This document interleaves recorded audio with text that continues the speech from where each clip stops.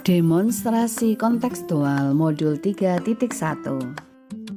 disajikan oleh Ririn Utari, CGP Angkatan 7, Kota Salatiga, Jawa Tengah. Berikut ini adalah tujuan pembelajaran khusus demonstrasi kontekstual modul 3.1. Narasumber saya kali ini adalah Kepala SD Betani Salatiga dan Kepala SMP Anak Terang Salatiga.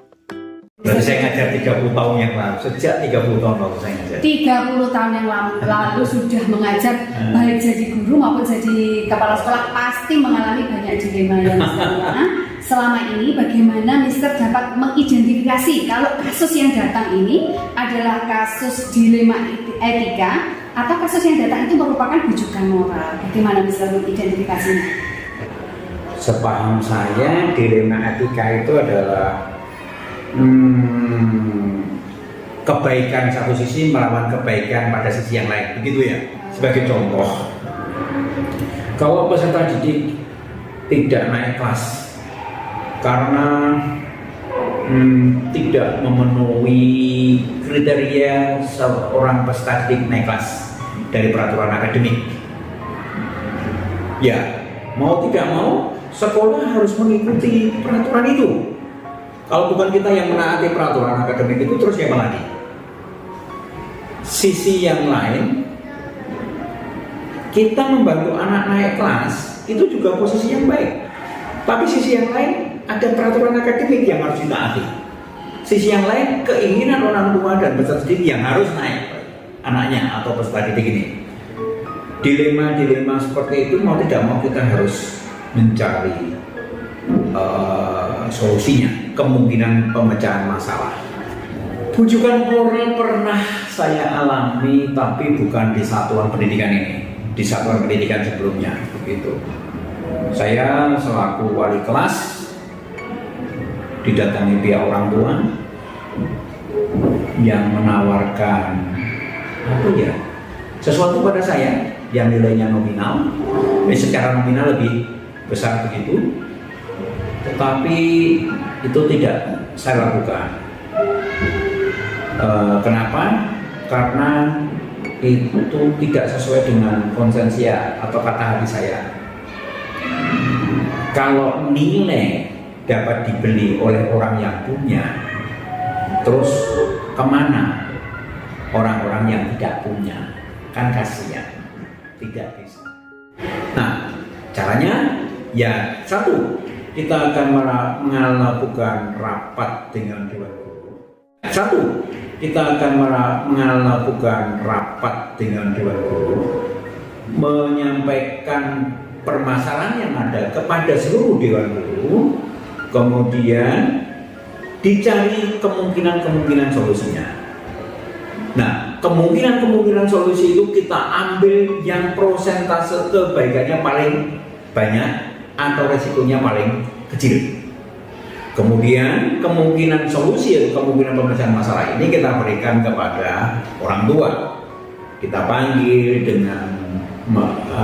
dengan surat secara resmi dari sekolah. Kemudian kita ajak diskusi dengan orang tua.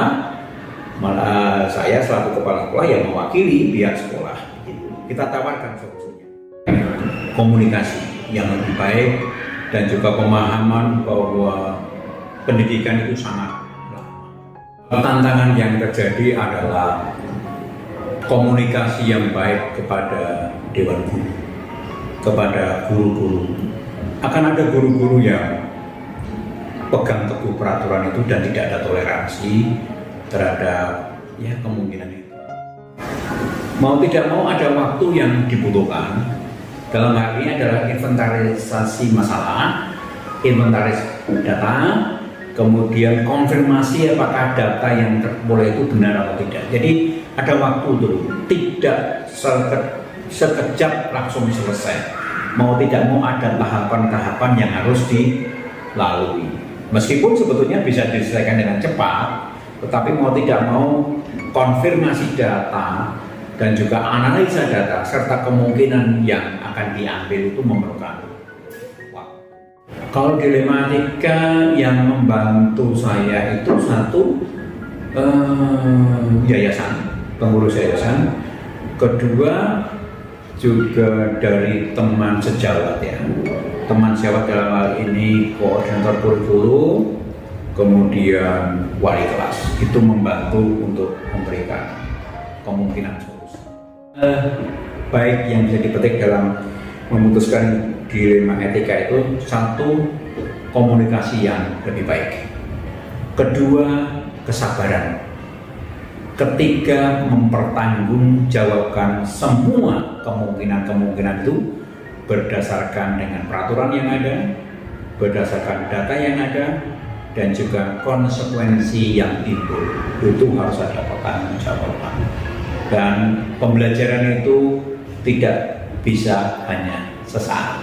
Pembelajaran itu akan berlangsung dimanapun dan kapanpun. Itu nilai-nilai yang saya bisa. Selamat pagi Mr. Jalu, terima kasih sudah bersedia saya ganggu ini. Yang mengganggu. Mungkin Mr. Jalu bisa memperkenalkan diri sedikit. Oh ya, oke. Selamat pagi, saya Febrian Jalu Prakosa. Akrab disapa Pak Jalu atau Mr. Jalu gitu ya oleh rekan-rekan guru dan juga murid-murid di sini. Dan saya saat ini bertugas sebagai Kepala SMP Anak Terang Salatiga. Bagaimana Mr. selama ini dapat mengidentifikasi antara kasus-kasus yang merupakan dilema etika atau bujukan moral? Bagaimana Mr. membedakan keduanya, mengidentifikasi keduanya? Ketika pertama menjadi kepala sekolah, permasalahan yang saya hadapi dengan menentukan dilema etika ataupun bujukan moral itu adalah ketidakenakan saya. Saya orangnya itu sebetulnya pribadinya tidak enakan gitu ya. Jadi kalau misalkan, apalagi kalau memimpin sejumlah orang yang dalam tanda kutip usianya lebih senior gitu ya, lebih senior. Di awal-awal itu sangat susah. Ketika tidak usah dilema etika lah, yang benar sama salah benarnya. Yang bujukan moral aja itu kadang-kadang saya juga, wah ini dikasih taunya bagaimana ya. Tapi lama-kelamaan ketika saya sudah mendapatkan berbagai macam pengalaman dan juga input, sekarang saya lebih percaya diri ketika bujukan moral saja. Bujukan moral. Pagi ini pun saya mengalami ada seorang guru yang mungkin mengupload satu kata-kata yang mungkin akan menjadi multitafsir kepada anak-anak dan akan membingungkan. Itu saja. Saya akan minta dia untuk ini kayaknya kurang bijaksana, ini tolong di take down atau dihapus, nanti anak-anak bisa menyalah tafsirkan gitu ya artinya. Kan kita guru dan terima kasih sudah diingatkan seperti itu. Nah itu tadi yang untuk ketika bujukan moral. Tapi kalau yang untuk dilema etika, beberapa kali saya mengalami agak susah ya sampai sekarang, tapi cukup memberi saya banyak pelajaran. Dilema etika yang saya alami itu selama ini adalah tentang dua saran biasanya. Dua saran dalam satu kondisi yang dua-duanya baik dan benar, tapi bertentangan caranya, gitu ya, dari pihak yang berbeda. Nah, gitu.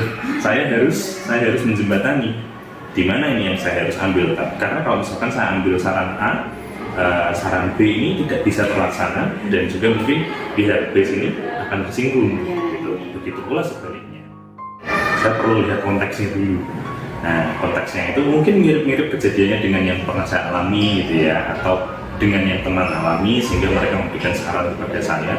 Tapi kalau tanpa konteks itu akan mental, tidak akan terpakai. Nah, kalau misalkan ada dua kepentingan tadi yang benar, sama-sama benar, saya lihat dulu yang mana yang lebih mendekati konteks atau lebih aplikatif terhadap konteks sekarang ini. Nah, kalau misalkan ternyata saran B, misalkan katakanlah saran B tidak terlalu aplikatif, lebih baik yang saran A ini untuk diterapkan di konteks yang sekarang, saya akan coba untuk bisa approach ke yang B ini tadi, saya jelaskan gitu ya, dan tidak di forum gitu ya, dan tidak di forum, karena itu biasanya akan membuat orang malu ya Mas ya. Tapi ada juga sih yang beberapa kali saya menolaknya harus di forum supaya orang itu sadar. Nah, sekali lagi kembali ke konteks tadi itu Mas. Saya lihat, saya kembali ke akar masalahnya dulu sih Mas. Saya cari akar masalahnya dulu. Akar masalahnya ini apakah melibatkan individu saja atau ternyata cukup luas. Kalau misalkan luas itu tadi saya kembali lagi, saya akan melibatkan berbagai pemangku kepentingan ya, teman-teman dewan guru mungkin di sini konteksnya. Terus kalau misalkan akar masalahnya itu hanya melibatkan orang-orang tertentu saja dan tampaknya itu isu sensitif, jadi saya akan kembali ke situ lagi tadi. Kalau yang efektif itu biasanya saya melihat melihat kondisi juga selain konteks permasalahannya tadi, kondisi terkini di sekolah. Misalkan kalau sebetulnya itu masih bisa diselesaikan secara forum, tapi saat itu misalkan sedang sibuk-sibuknya, kita sedang ada acara seperti kemarin ada kegiatan pasca dan lomba-lomba utamanya tidak akan efektif, kita diskusikan. Kalau yang efektif itu biasanya saya melihat melihat kondisi juga selain konteks permasalahannya tadi, kondisi terkini di sekolah. Misalkan kalau sebetulnya itu masih bisa diselesaikan secara forum, tapi saat itu misalkan sedang sibuk-sibuknya, kita sedang ada acara seperti kemarin ada kegiatan pasca dan lomba-lomba utamanya tidak akan efektif, kita diskusikan. Nah, tantangannya itu biasanya setiap teman itu punya pendapat yang berbeda-beda. Nah, itu tantangan sendiri. Jadi bukan cuma A atau B, tapi A, B, C, D, E, F, G, dan lain sebagainya. Jadwal itu terkesannya ini ya Mas ya, karena kalau kasus dilema etika itu kan seperti kadang-kadang muncul tidak terjadwal mungkin. Kalau saya jadwalkan tuh kesannya kok kayak aku ada masalah tapi ini bukan jadwal saya gitu kan. Harus waktu tertentu menyelesaikannya ya. Jadi mungkin saya akan tetap menyediakan waktu rutin gitu ya misalnya untuk melihat gitu ya, seperti monitoring evaluasi tentang masalah-masalah yang ada. Tapi di luar itu saya akan tetap menyediakan diri juga untuk bisa langsung terjun menyelesaikan masalah yang ada. Jadi saya rasa sedikit dari kedua-duanya, ada jadwal juga untuk itu tadi yang menilik lagi melalui monitoring evaluasi, tapi saya juga bersedia menyediakan diri untuk bisa membuka diri untuk teman-teman saya dan selesaikan saat itu juga kalau mungkin. Kalau kasus dilema etika itu biasanya saya diskusi dengan kalau kembali lagi ke konteksnya tadi ya, kalau misalkan saya tahu permasalahannya adalah permasalahan ini ya tertentu gitu ya, saya akan langsung pikiran saya itu biasanya siapa yang bermasalah serupa, saya akan konsultasi dengan orang tersebut gitu. Lingkupnya tetap di kelas ini. Kadang-kadang ke teman guru tidak apa-apa gitu ya, mungkin senior atau bahkan yang guru yang lebih muda dari saya. Kadang-kadang saya juga tanya pendapatnya juga kalau mengenai masalah serupa, atau biasanya sering-seringnya saya juga konsultasi kepada wakil kepala sekolah juga, karena puji Tuhannya ya, bersyukurnya wakil kepala sekolah saya itu juga kreatif dan penuh penuh ide, ide. Jadi ketika saya pun buntu, saya juga bisa berdiskusi dengan dia. Jadi banyak pihak lah Mas. Kalau di luar sekolah sendiri saya membatasi karena masalah rahasia ya, masalah institusi. Hampir tidak. Tetap pelajaran yang saya ambil adalah kembali lagi ke konteksnya tadi Mas. Kembali lagi ke konteksnya, mencari akar permasalahannya. Kalau misalkan dilema etika ini harapannya dengan penyelesaian dilema etika ini tidak menambah masalah baru, yaitu perpecahan gitu aja. Itu yang perlu saya garis bawahi. Kalau misalkan permasalahan ini diselesaikan malah menimbulkan permasalahan baru yaitu perpecahan, saya tidak mau juga gitu. Jadi benar-benar harus hati-hati karena manajemen itu cukup, bahasa Inggrisnya tricky, cukup tricky gitu ya. Apakah orang-orang ini mau menerima atau tidak? Saya harus bisa menjembatani semuanya. Bukan untuk menyukakan semua pihak, tapi untuk membuat mereka mengerti bahwa solusi yang terbaik saat ini yang bisa kita ambil adalah solusi yang kita putuskan saat itu, bukan solusi yang lain. Baik, Mister, terima kasih banyak untuk waktunya ini. Saya belajar banyak. Refleksi wawancara. Hal-hal menarik apa yang muncul dari wawancara tersebut? Pertanyaan-pertanyaan mengganjal apa yang masih ada dari hasil wawancara bila dibandingkan dengan hal-hal yang salah pelajari seperti 4 paradigma, 3 prinsip, dan 9 langkah pengujian? Apa yang saya dapatkan?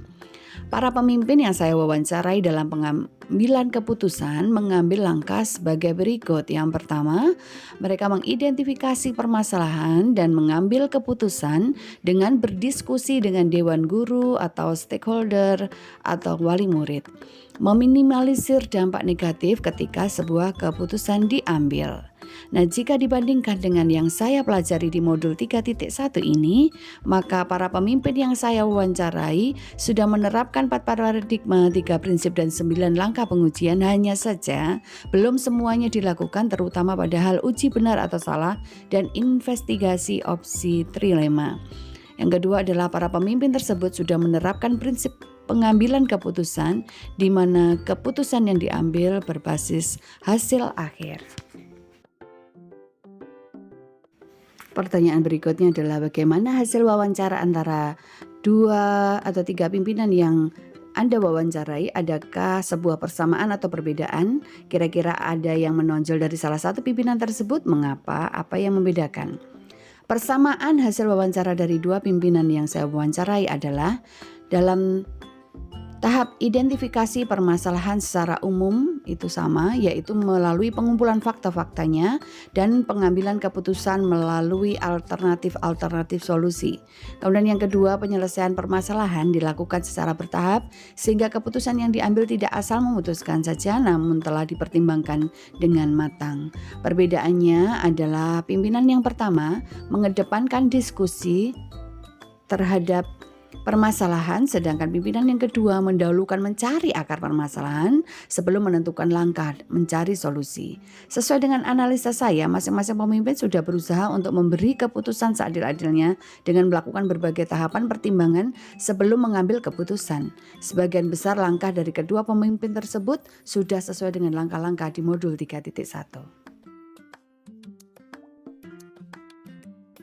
Pertanyaan berikutnya adalah apa rencana ke depan para pimpinan dalam menjalani pengambilan keputusan yang mengandung unsur dilema etika? Bagaimana mereka bisa mengukur efektivitas pengambilan keputusan mereka? Rencana ke depan para pimpinan jika dihadapkan dengan masalah dilema etika adalah melalui analisa permasalahan secara runtut dan lengkap berdasarkan 4 paradigma, 3 prinsip, dan 9 langkah pengujian keputusan.